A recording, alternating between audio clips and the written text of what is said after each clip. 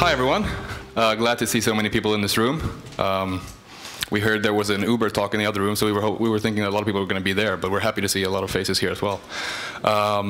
We might be shifting the agenda a little bit to what we've been talking about earlier. We're going to focus a little bit on marketing, and as the title says, adding demand generation to your product marketing. Just a little disclaimer, our speciality, where we come from, we've been working a lot with business-to-business marketing, but we think that a lot of that translates into product marketing as well. So that's going to be a little bit of the topic today. We're from Norrtal, but me and Erik originally come from a Stockholm and Helsinki-based marketing specialist agency called Element. You might have seen that on the agenda. And what we did there is a lot of the stuff we're going to talk about today is what we tried to do for our clients and for ourselves as well. So just a little bit about, before we get into things, a little bit about me. My name is Olle Jarenfors. I'm the marketing operations manager at Norrtal. I was the marketing manager at Element. And once again, what I did there is a lot of the stuff we're going to talk about, so I'm not going to explain that too much, but working a lot with different types of tools and strategies and activities and content to create engaging ways for our consumers to find us, essentially. I'm from Gothenburg, which is a small town on the west coast of Sweden. Now living in Stockholm for a couple of years and loving that, which is a problem for my friends because the west coast doesn't really like the east coast, and there's an issue about that. Yes, my name is Erik Hagberg. I work as a consultant at Element, or sorry, Norrtal. We were merging just a few months ago. Haven't really adjusted yet, except for the slides. Those are Norrtal, though. They look really nice, I think. But my work at Norrtal is to work with our enterprise clients to do exactly what we are going to talk about now, to transform their marketing and sales activities into being more digital, into being more streamlined and more efficient. So I'm from an even smaller city, next in between Gothenburg and Stockholm. I wouldn't say Gothenburg is small, though. It's like Tallinn. But Örebro is even smaller. It's like Tartu, I think, about 100,000. Yeah. Yeah. Cool. And what we're going to be talking about is, for those of you who have on your table challenges of creating demand generation, creating more customers, more business essentially. We're going to talk about how we can work with these challenges, and we want to do that in what we think is quite a simple structure. We want to talk about, first of all, why we think we need to change as marketers and salespeople, and in a sentence that means for us that the buying journey has changed. We want to talk about how the buying journey has changed, how the needs and demands of our consumers have turned upside down in the last 5, 10, 15 years or so, and also that their behaviors are completely different to what they used to be. And then we've talked about that why. We want to talk about the what of things, I guess, what we need to do as marketers to adapt to these changes. In a sentence, that would be marketers need to be using more data, and not just measuring things for the sake of it, but actually using that data to develop insights and to be able to communicate effectively with our potential customers. And in the end, we want to sum that up into some kind of how we can put this all together. We're going to call that customer engagement platform, so how we can use the insights of how our customers have changed and what we need to do to create more customers, essentially. Does that sound like a good agenda? I'm going to take that as a yes. Okay, so let's get into it. The first part, the buying journey has fundamentally changed. And what do we mean by that? Does anyone know where this picture comes from? Or what TV show that is? I'm going to help you out. It's from Mad Men, which is a great series about the ad industry in the 1950s and 60s. And what we want to say with this picture is that a lot of the way that we create customers, or that customers was created back then, has changed a lot since then. If you were to buy something in the 1950s or 60s, you might have to open up the Yellow Pages or the National Phone Book Record and find a couple of vendors. If you were to buy a new dishwasher, call them up and get the information from them. Not so true anymore. The buying journey has turned on its head in that way, that instead we have the information at our fingertips and we choose to do all the information gathering by ourselves. So us as sellers and marketers have lost a lot of our power And whose fault would you say that would be? Any guesses? So this is a quote from a CMO of a big telecom company in Sweden. We did a similar talk for him, talking about how the buying journey has changed, and he, slammed the table and said, "It's the bloody internet's fault," which is, some kind of truth in that, right? It's on the internet that we gather all this information, and that's the source of the buying journey turning on its head. So let's talk about that for a minute. This is a study done by Marketing Sherpa already back in 2012. And they found that 8 out of 10 deals were done when the buying company found the seller. So 8 out of 10 times the buying part was the initiator of the future deal. So 80% of the time, our customers are going to start the conversation without us. We're not going to know where our future revenue comes from in 80% of the time, if we are to believe this quote. And this was in 2012. And mind you, this was actually a study focused on business to business. So imagine what it would be 2016 for business to business and business to consumer. 9 out of 10 or 10 out of 10, I don't know. Alongside of that, buyers wait until they have completed 60 to 80% of their research before reaching out to vendors. So before they're ready to talk to us as salespeople or marketers, they do a majority of the buying journey or the research gathering themselves. So we need to be able to tap into what they're doing here, pretty much, right? Another way of visualizing this is an image that we usually talk about, is if you look at a buying journey in different phases. So this on top would be the buying journey, and this is the sales journey. So if we go back to the Mad Men picture in the 1950s and 60s, the sales journey and the buying journey would somehow correlate. And the buying journey would begin here because there was no other source of information, right? But what's happened within the last 5, 10, 15 years is that the buying journey has expanded backwards. So we need to be able to communicate with our potential clients in this phase. And this is what's become the extended marketing and buying and selling journey, which is somehow combined into one. Another way of looking at that from our perspective as salespeople and marketers is if you look at the sales cycle. So this is, be very clear, this is not how a sales cycle usually looks like. This is what we might think it would look like, or might want it to look like, right? So it starts out with that the customer has a problem, and then they realize the solution to that problem, and they buy stuff from us, and then they're really happy with what they buy, so they keep buying it. Very rarely how it actually looks, right? More often than not, it looks more something like this. And it even starts before the customer actually knows what the problem is. It starts with a latent demand. If you remember the long green arrow with different phases, the first area, where they're just realizing something is wrong. They can't even define what the problem is. So we could potentially help them there. And then there's a customer problem, perhaps, and then they go back to their office and they do some research and they have a meeting and they bring in some more people and they forget about it for 6 months and then they talk to a boss and it goes on and on and on, right? For long periods of time before anyone gets anywhere, often.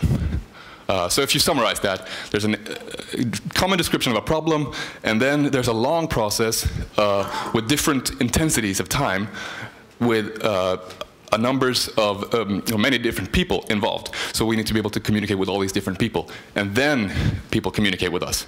So all of this stuff happens before we know that we talk to people with the typical tactical sales processes, right? And one thing I mentioned there that I want to talk a little bit about as well is this, that there's a lot of people. This is a lot of people involved in the buying process. This is a study done by Forrester, I believe, where they studied how many people are involved in the typical buying process. Now, mind you, again, this was based on, firstly, complex products and services. So in complex services, there are usually more than one. But what they found was when there was one person involved, it was about an 81% chance of the sale going through. So this is the size of the buying team and the likelihood of the sale.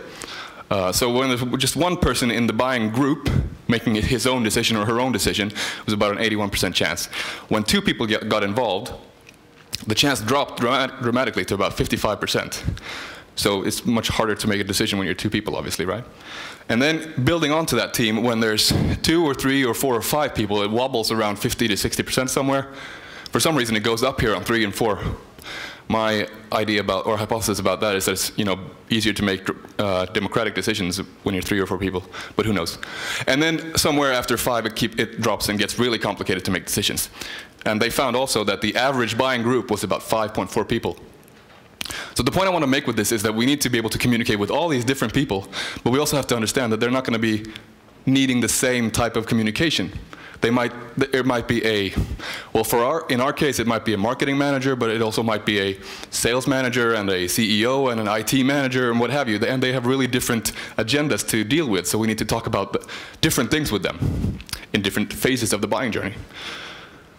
So how do we do that? Yeah. Does this work still? Yeah. Yeah, great.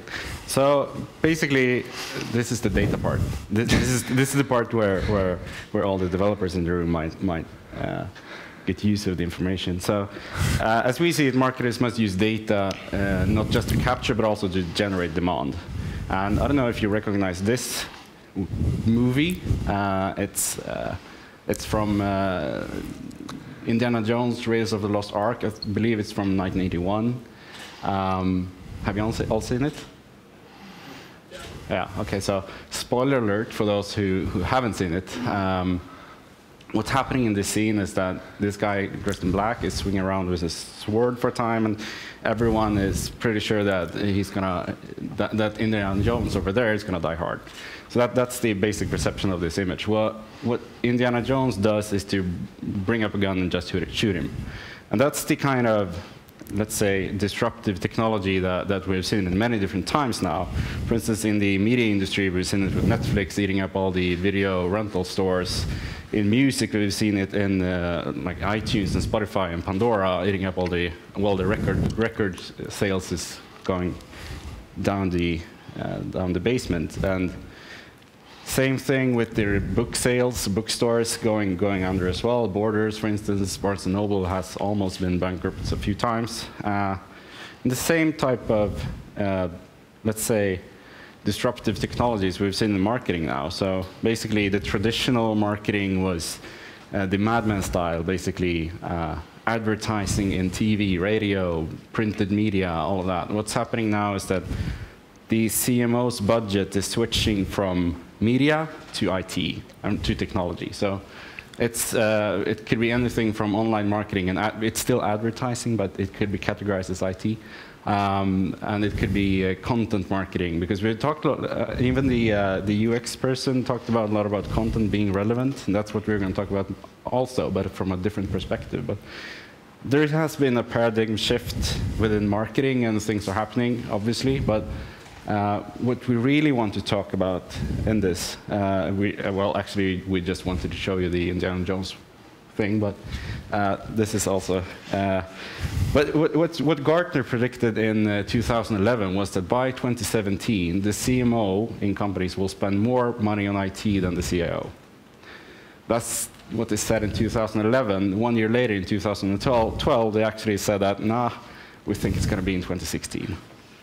So what they actually came out with, just I think it was 2 or 3 weeks ago, was that in 2016, CMOs were spending 3.24% of their annual revenue on IT, while the CIO spends 3.4%, which is fairly close. And they still believe that it's going to happen in 2017, so they changed back to their old prediction. But I mean, this is something actually happening within marketing and IT.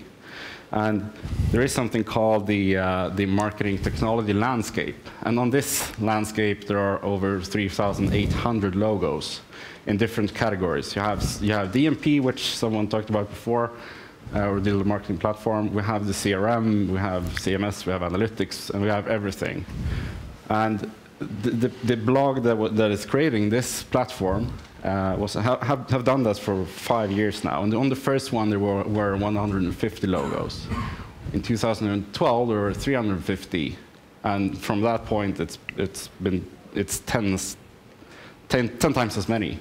Just from 2015 to 16, it's doubled. So marketing is spending more money on IT. And that's something we want to emphasize. And that's probably one of the reasons that Nortal wanted to merge with Element. because they see, or we see, that marketing technology is the future, or it might already be here. But if looking at that huge landscape of different logos and different categories of software and services, we want to focus on 3 different categories of those, and those are the 3 that we think supports the buying journey at most. And those 3 are, first of all, CMS or web platforms such as WordPress, Drupal, Episerver, Sitecore, those kinds of software or services. That's where the marketer can create great web experience, together with developers, together with CX, UX even, and that. And then the second part would be the sales part, where traditionally the salespeople are working. That's the CRM, or not content relation, but customer relationship management system. That's where the sales are closing their deals, basically, or technically, that's where they're working. But both of these systems or solutions are great sources of data for another tool that is called, or another category of software that is called marketing automation.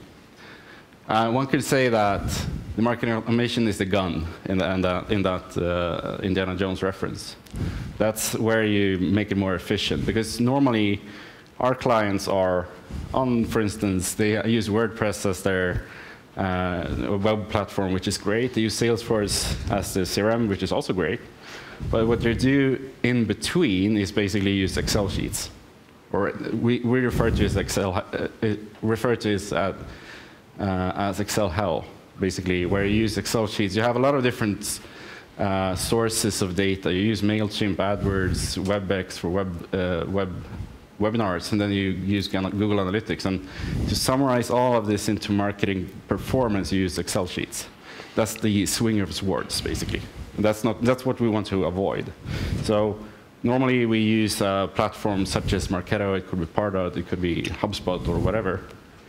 And then we use all the data we have from those other sources, such as Google Analytics. We have those webinar platforms, AdWords, social media, put it into that buying journey funnel of software where all the data is available for.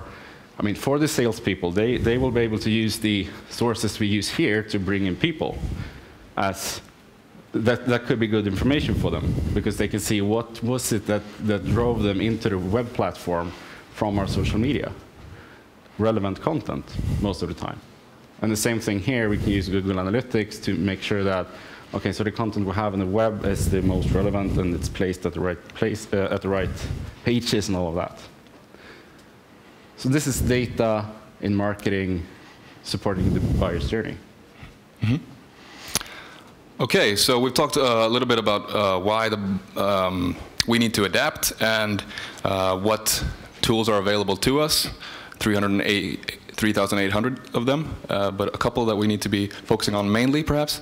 So I want to get into now how we can build all this together, and we're going to talk about that. The goal is to create a customer engagement platform. Now, mind you, this is not another software suite that we're talking about. As such, we're using that as a definition of this combination of using the right tools and the right processes, strategies, activities, and content to engage with our potential customers. And so I mentioned a word there. I want to focus just a few minutes before I'm going to get into a small case or example of how this can all work together in a minute. But before that, I want to focus a few minutes on perhaps the fuel that runs this whole operation, the means of being able to say something relevant to our customers, which is content. And this is a basic content matrix, which we use a lot in helping our clients and ourselves as well. And this is, again, a way to try to map out what content we'll be needing throughout using all these processes and tools that we've been talking about. So on the top axis, it says the buying journey there. I don't know if you can see it, it's quite small. And once again, going back to the green arrow that I showed before with the different shadings, this is the latent demand or the early stage of the buying journey, and then it moves forward down the buying journey, close to making some kind of buying decision down here. And what usually happens is that people are really, really good, or companies are really good at producing late-stage content, or content that's close to when you're just buying something, writing what's called USPs and demos and ROI calculations, stuff like that. But it gets really harder and harder the earlier in the buying journey you need to create content. How do you describe to someone what their problem is before they realize what their problem is? How do you get someone to understand that the problem is something that we can fix, and then teach them what the actual product is later on? And this is where, if you believe what I said in the beginning, with 8 out of 10 buyers initiate their own journeys, this is where they'll be in the beginning. So if you could, somehow tap into this conversation, then maybe you'd be on the page when they come down to this part. And to make that a little more complex as well, on this axis we have personas, which is once again coming back to the point about there are going to be more than one person involved in the decision, especially if it's more complex products or services that you're selling. And just as an example, if it's a sponsor or a technical buyer or a ranking decision maker like a CEO, you need to be able to understand what the CEO will find interesting in this phase or this phase, compared to what a technical buyer would find interesting in the same phase. It might not be the same thing. And when you have this, the phases and the personas that work for you, you can start mapping out what content you already have. And this is usually what happens. You find a lot of content down here. And then once you have this, you can start making relevant decisions of where do I need to create content in the future? Do I need to create content to fill out these boxes that aren't filled out? Or do I understand that it's not relevant to talk to an end user here anyway, so we don't have to fill that box out? That's the way it can work. So that's a little bit about content. Let me now get into a small example of how this can work. This is a case where, for a few years ago, where we at Element were able to acquire a customer. It was a middle-sized company, and they were looking for essentially, the product they ended up buying was marketing automation tools, which is a SAS tool. And they had never heard of us before, and they didn't really know what we did. And in the beginning, they were actually looking for something completely different. So they were in a completely different mindset. And what we're going to show is using these tools and processes and content working together. We were, it's a happy story. We were able to acquire them as a client in the end. So this is what happened. Now, once again, this was a Swedish company, so I've translated it to Swedish. So this is not actually what was Googled, but it was translated. But they were looking for more booked meetings. So their problem was, this company's problem was that they weren't getting enough business. So they thought, well, how do we get more business? Well, we need to get more customers. How do we get more customers? Well, we need to book more meetings. That's kind of a logic that they were using. And it makes sense. But we at Element, although it may be great business, that's not really something that we do, booking meetings in that sense. Would it be call center type of solutions? That's not something we do, but we understand that the logic I just talked about would be something that would put them in the same mindset to be able to be interested in our solutions. So we wanted to reverse position what they would be interested in. So what happened was they searched for this and they found a Google ad. And you all know what this is. And in this ad, it doesn't say, buy our solutions of booking more meetings. Instead, it says, do you really need more booked meetings? Think of something different than booked meetings. So we were trying to bring them back in the buying journey. Going back to this picture, they were somewhere around here in booking meeting services, call center services. And what we tried to do was pull them back to start thinking about lead generation or marketing automation tools. So we were moving them from thinking that they were in a short list here, and instead thinking about, oh well, there's other ways of solving this problem in a more potentially effective way or so. So they see this ad and they believe that story in the beginning at least, and they come to a landing page. Now if you were in the beginning there, I needed a disclaimer or something that this is not actually designed on the web. I made this in a PowerPoint, so it doesn't look that good. But this is a mock-up of what the landing page would look like. So this was an unindexed landing page on our website. Since we don't really work with marketing, booking meetings. It's not something we want to put up on our main website, but we want to tap into this conversation. So we created this dedicated unindexed landing page for specifically this conversation. So the only way to find it is if you click that specific, if you search for that on Google and you click that specific ad and you come here to talk about this exact topic. Try something more effective than just booking meetings. And it's a little bit of content and some kind of, a little bit of text and some piece of content for them to convert. So we want to get them to give us our names as a lead here, right? And you might ask yourself, is that actually something that people would do? And my answer to that would be, if you can tap into the right conversation and make it relevant for the potential buyer, you can achieve great conversion rates on this type of forms. So what happened after that was when they converted, they were logged in, so to speak, in our marketing automation system. For example, the one Erik was talking about earlier with Marketo. There are a number of others, Pardot, Acton, HubSpot, and so on. Are some of the big ones, but there are many. So the lead was tracked in the marketing automation system, and from there they continued to learn about lead generation and that type of products on our website. So they moved down the buying journey, consuming more and more content. And at some point within the marketing automation system, we were able to understand that they've consumed enough content, because everything they do on our website, if they go to a web page, they get a couple of points. If they go read a blog post and spend some time there, they get 10 more points. If they download something, they get 20 points and so on. So at some level, they had enough points for us to feel that their behavior was interesting. At the same time, we were able to measure their, or not measure, but learn about their socio-demographic data, like what type of company they were coming from, if it was a decision maker or not, if they had an office in the Nordics and so on. So it was a good grade as well for this grade, for this lead. So that would be an interesting behavior. And what happens then is that marketing, we in the marketing department say, this lead is qualified, so we have to move it on to the next step, which would be a tactical sales process. So this is where the CRM gets connected and the lead is assigned over to a sales rep. So this is the first time a salesperson is involved. If you're working in, so this would be the connection between the marketing and the sales department. So sales doesn't have to spend time calling every lead that we find on the web or in the marketing automation system. They only have to work with the relevant qualified leads that we could find with the score and the grade that I was talking about. They only have to spend time with them. So in this case, there was a first meeting, but it turns out in this case that they weren't ready to buy our solutions just yet. It might be that the investment or so was too, going from thinking about booking meetings and then buying a marketing automation system, maybe the budget wasn't just there. So what she said in this case was, looks interesting, but we're not here in the budget yet. Let's revisit this in about a year's time.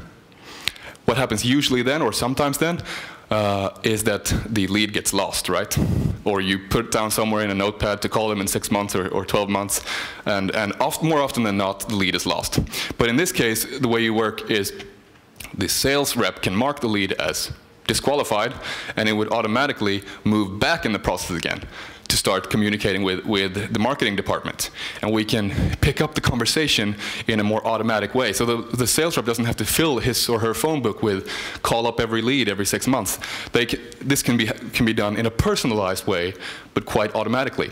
And this we call, if you don't already know, lead nurturing. So just a quick example of that. This lead nurturing process went on for about a year's time, and it started out with the initial interest that she showed within lead generation. From there, she was put on an automatic email dripping program with sequential emails for a while. Not so high-tech yet, but it's a good way of continuous communication.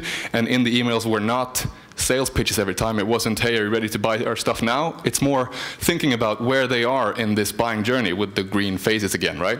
So she once again moved back in the process, so we need to communicate with her in that phase of the process. So there, she had got some emails about lead generation, and then she finds a blog post linked in one of the emails, so she clicks that. From there, being on that web page connects her, triggers a retargeting campaign. So now when she goes into her new favorite news sites, she might see our ads. And it also triggers some social media advertising. So now when she's on Facebook, she might see some relevant content from us. Once again, keeping in mind that it's not just being as salesy as you can, it's about communicating from where she is in her buying journey. And at the same time, she gets another email, and she downloads another piece of content, this time about the marketing automation solution again. So that triggers an activity that says, well, you seem to be interested in marketing automation. So let's put you on this strip instead. So she gets new type of information about what she's interested in. And then in one of the emails, she sees a seminar that she likes, so she signs up for that, and she comes to meet us again and is re-energized. And obviously this is a happy story, so once she comes back and talks to us in the right phase of her buying journey, she asks for a new meeting, and then a while later, it actually is a close in this case. And also, when this goes from back to the sales process, where a new sales rep is involved, that also automatically triggers marketing communication to stop, so that now it's the sales rep's turn to communicate, right? Yeah, and to summarize this case and basically what we're trying to achieve with these kinds of techniques or processes is basically to move marketing departments from being traditionally a cost center to become a revenue creator. And that's something we struggle with some companies. Some are really good at it, but the essence is that to understand that the buyer is always in the driver's seat. But still, the sales rep could keep an eye on where they are in their process. And that's what you can do with this, let's say, setup of different tools. And secondly, the sales rep only can put their time and effort into only focusing on the correct leads, meaning the ones being qualified by marketing, the ones that have done the things that we want them to have done before sales to take on, because sales reps' time is often very valuable. And the third thing is that it is actually possible nowadays to do a full end-to-end ROI calculation, where you put the marketing investment to the income generated by it. In terms of the advertising that we had here, all the time we put into creating all those emails, the white papers and all of that. So you can take all of that marketing effort, marketing time and money, and then put it into the income that is generated. And what we do here is basically the funnel that both the buying journey that we've seen from left to right, we've seen the CMS, marketing automation, and CRM. It's basically a funnel where on the top here you have the visitors and potential leads. That's the ones coming into the website. Then at some point we want them to convert into known leads or known prospects. Basically, we want them to give us an email address. And after that, when they've done that, there's a lot of other things happening, but at some point we want to qualify them, saying that this is relevant, this is not a student, this is not a competitor, this is not an employee. That's where they are qualified and then distributed to sales. And technically, that's where we put them over to the CRM system. And after that, CRM, the tactical sales process is taking on, and sales are doing their job as they should. And hopefully an opportunity is created where you get all the pipeline values and all of that. And then at the end, a new customer is born, so to speak. And then you can calculate the conversion rates between each of these stages, and you can calculate the ROI from the people coming in from the beginning. That might not be a relevant lead to you, but some of them are, and that's the ones you're going to focus on. To summarize this, basically, going back to where we began, is that the buying journey starts much earlier than I've ever done before, and it's much more complex. So therefore, marketers need to use data and content, obviously also, to generate demand. And we need to build a framework and engage with customers on their terms. And that's basically the part going. If you take the framework, that's the one that is going to support that the buying journey is actually starting earlier. So what we usually look at together with clients when we're doing this is this image. Don't put too much effort into looking at this text because it's really small. But what's important here is that you have an organizational maturity in terms of data and metrics. You have in terms of people and talent, in technology, You use different content channels and conversions, segmentations, and so on, and then you have processes and organization. So just buying new tools doesn't really take you up the stairs. Just because you have the newest and shiniest tools doesn't really take you to being a predictive marketing, a predictive organization in terms of marketing and sales. That was a long sentence. But what we really want to focus on is take one step ahead at a time. Most companies are down here somewhere being traditional and or social and email marketing departments. But having the vision of, yeah, we want to do predictive marketing. That takes some time. So, final slide. Our key takeaways for this is think like your customers. What are the buying phases? What's the relevant content to match that? And also, this is the product marketing part of it. Make it that simple to convert. Make it that simple to convert to being a customer, to convert being known to you. It could be a demo request. It could be a free trial. It could be something that is valuable to them. And then also define within the company what is a lead, what is a qualified lead, when is it important for sales to take on, and what is a lead. Some might say that it's a student, some might not.